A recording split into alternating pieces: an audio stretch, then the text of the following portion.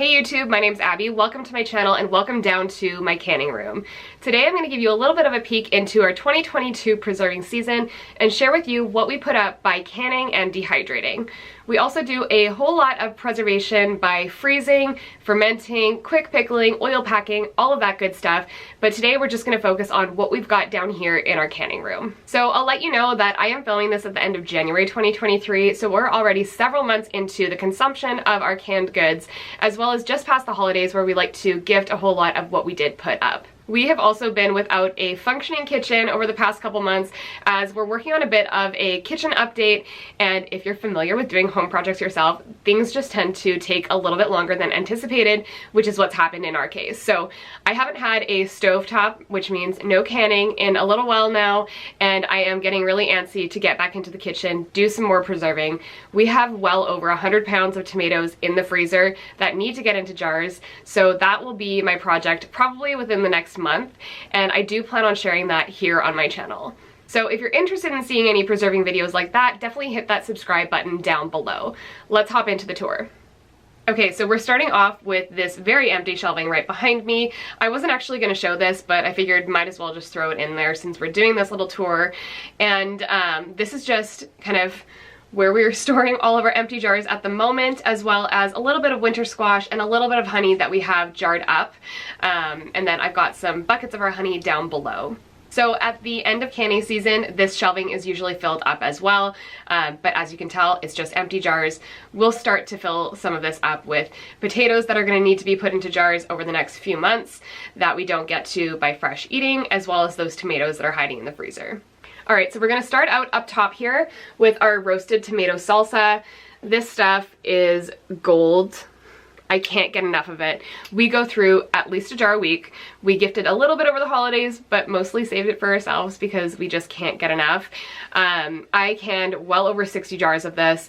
We consume at least a jar a week, and I won't be surprised if we run out before August hits and we're able to make more. But this has a little bit of honey in it, and the honey and the roasted tomato flavor is just so delicious. So this is for sure a staple. We will not be without it.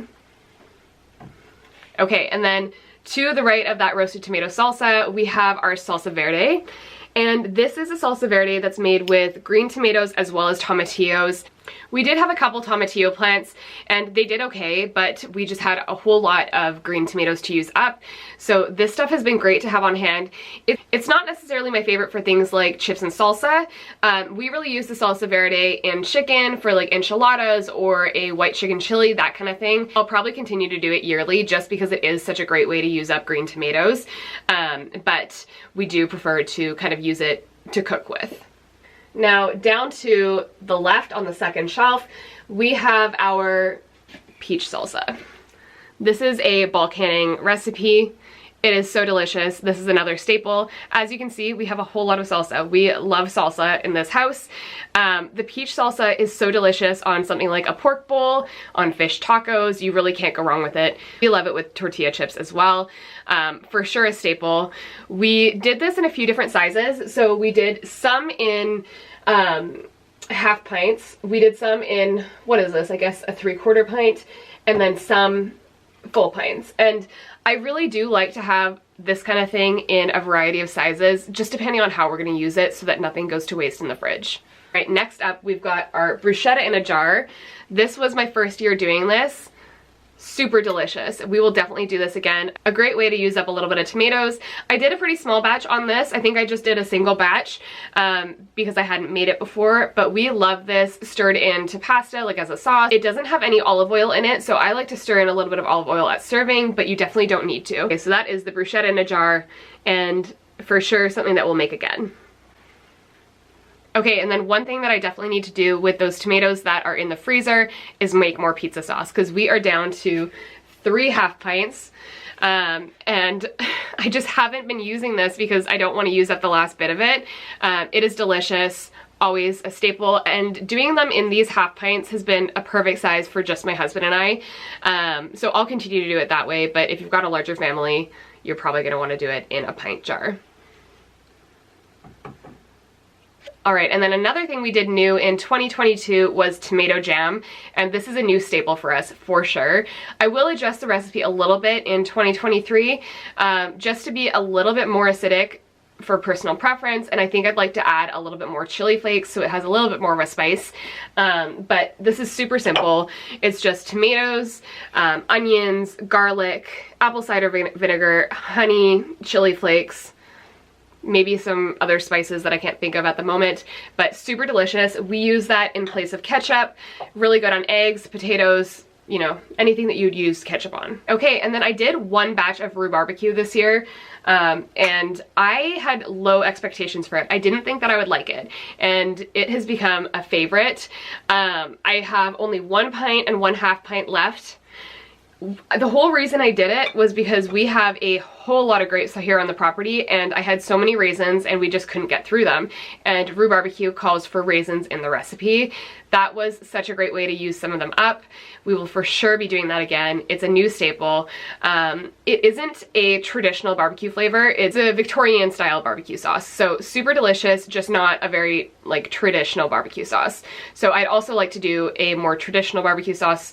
I actually have a bunch of apples that I need to use up, so I may use apples as a base and do another batch of barbecue sauce here in the coming months. Okay, and then another thing that I did just more for fun and as a gift instead of like a practicality thing is this chai tea concentrate, and it is really good, but I find that the black tea flavor is not super strong, nor are the spices, so it ends up just being a little bit sweet. I like to brew a cup of black tea and add some of this in to sweeten. I would make it again, but I would definitely do more spices, more black tea, or just let it steep longer. All right, now I'm gonna rotate you down so you can see onto this bottom shelf.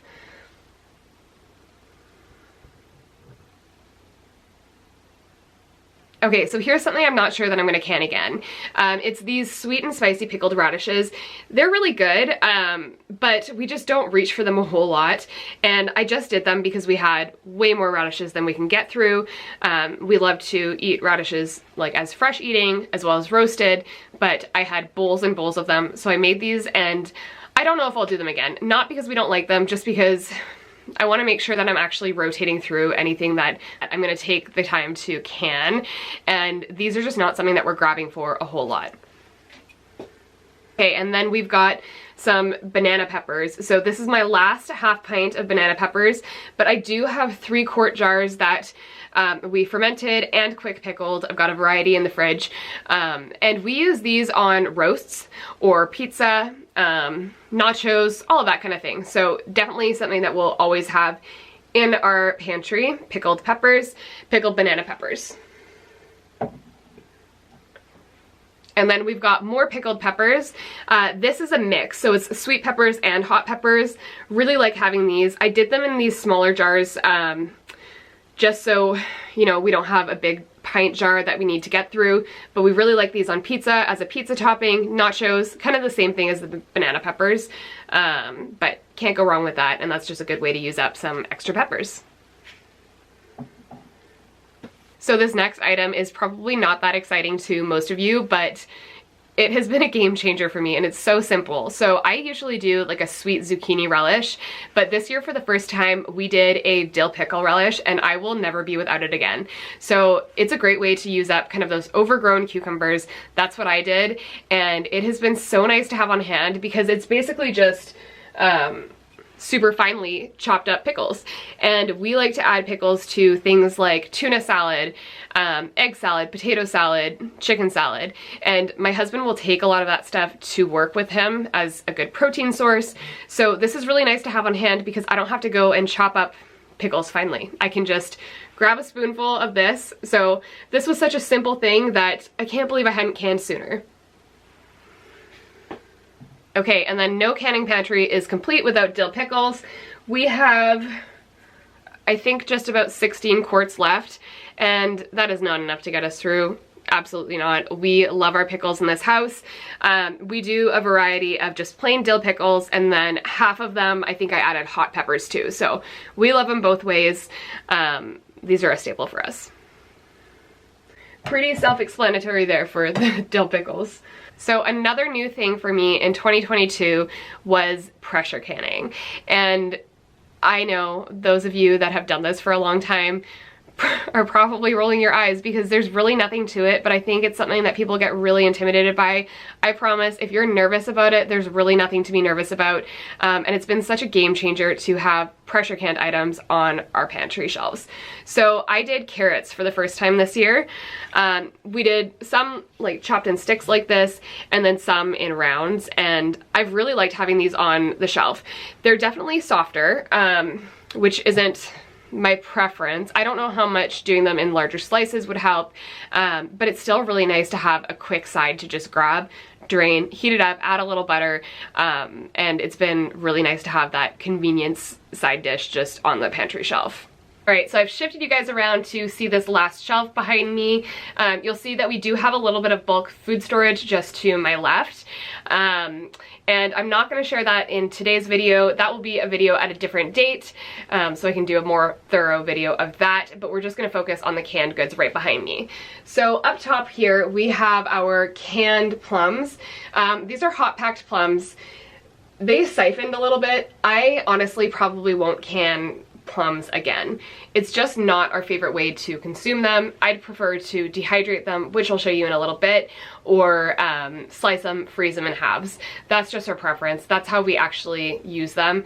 I'm using those up by using them as a marinade, so I'll blend them with a little bit of apple cider vinegar, maybe a little bit of honey because they're in a really light syrup, some chili flakes, and use that as like a chicken marinade, which is really delicious. So that's been a great way. Or mixed into oatmeal.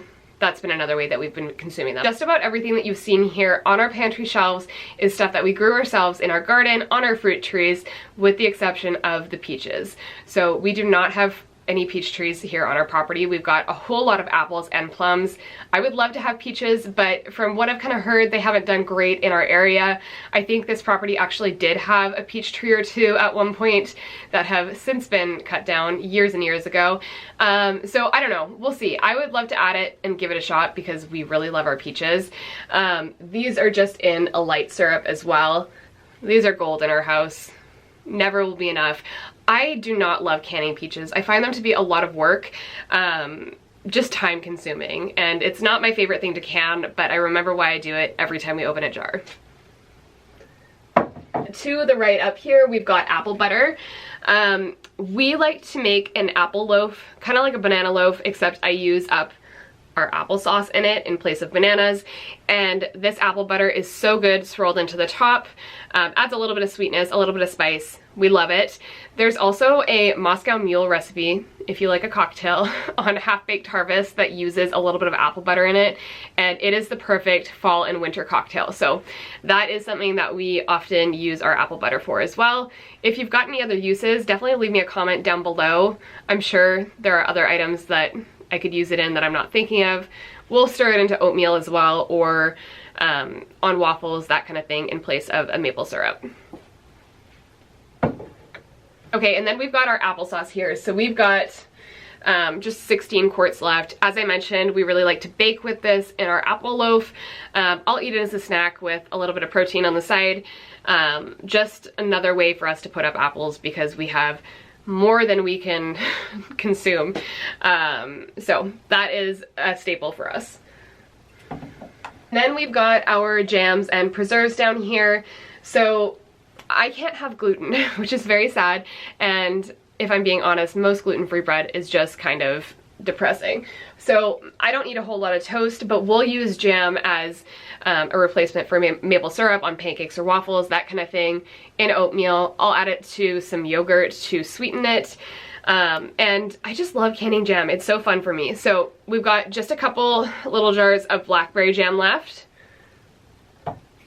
We've got plum cardamom.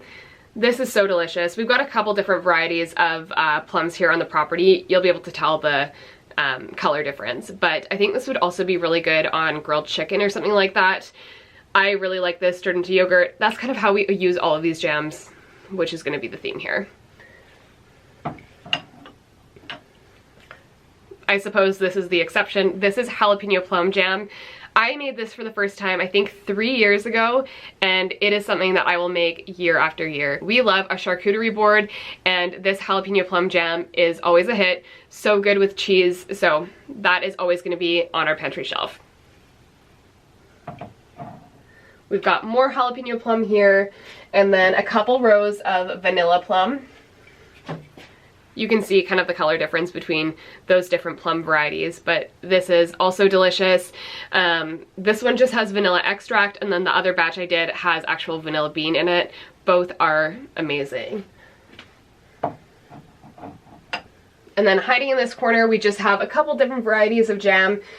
We've got a couple jars of peach jam, which is delicious, and then a couple jars of rhubarb jam, which I honestly don't think that I would do again. It's just not our favorite. I'd prefer to use it in the rhubarb barbecue sauce, or just dice and freeze for pies, crisps, that kind of thing. Okay, so on this bottom shelf, we just have our dehydrated foods. So we have a whole lot of these dehydrated plums. This is something that I can never do enough of. So dried fruit is something that my husband takes in his lunch almost daily. I'm honestly not a huge fan, but we always have both dehydrators filled up with plums, doing as many as we can. So this is definitely a staple for us year after year. We did a little bit of pears this year. Again, not my favorite. My husband loves these. I just have a couple quart jars, and this is from pears that were gifted to us. So that's why we don't have a whole lot. And then apples. Apple chips. Another staple. We did some plain and then some with cinnamon. Again, my husband just kind of rotates through all of these. All of these just go as snacks in his lunches, or we do like to add them onto charcuterie boards as well for a little bit of dried fruit on there. We've got cinnamon apples. We've got some raisins. Last year we actually found elderberries on our property, which was super exciting because they are not cheap. So this is what I've got left that we dehydrated. We also have a big batch of elderberry syrup upstairs in the fridge, so I honestly probably won't even get to these this year. But that was an awesome find. Super excited about that. And then this is the last of our morel mushrooms. We didn't even go hunting for these. We just found quite a bit on our property this year, which was amazing. It was definitely a good year for morels. So that's what we've got left, just dehydrated morel mushrooms. Okay, and then back in this corner, we've got a bunch of dehydrated herbs. So I've got a bunch of oregano. We've got mint, raspberry leaf, sage, parsley, and I think that's all that we've got left now. But always do a lot of herbs dehydrated. And then we did a little bit of calendula. So that's what we've got left for calendula. And something that I tried this year was dehydrating lilacs. I thought it would be really fun to infuse some honey with dried lilacs. I haven't done it yet. This was a lot of lilac petals turned into just about nothing, but I do think that I am going to try that pretty quick. Maybe I'll grab a jar of honey on the way out and try that. So that'll be a first, but I thought it would be a fun idea. And then down below, all we've got is our potatoes. So we've got 3 crates left, 3 milk crates. So 4 potatoes this year. We did Chieftain, we did Yukon Gold, and we did some fingerling potatoes for the first time. I don't know why I hadn't thought to do those sooner. We love to buy fingerling potatoes for roasting at the store. So we grew our own this year. They've been a hit. Our potatoes store pretty well here in our canning room. It does stay quite cool. We do have a root cellar on the property, but it's out in the old chicken coop that needs a whole lot of work, so we're not actually storing anything out there. But they should be fine down here until March at least, and then I'll probably start to can a little bit of them as, you know, they start to sprout so they don't get soft, but they do hold up quite well down here. Alright, so that is it for our little pantry tour. If you made it this far, thank you so much for taking the time out of your schedule to watch this video. I appreciate it. Definitely hit that subscribe button down below if you're interested in seeing more preserving content or how we do our bulk food storage. All of that is coming to my channel in the coming months. Thanks for watching, and we'll see you in the next one.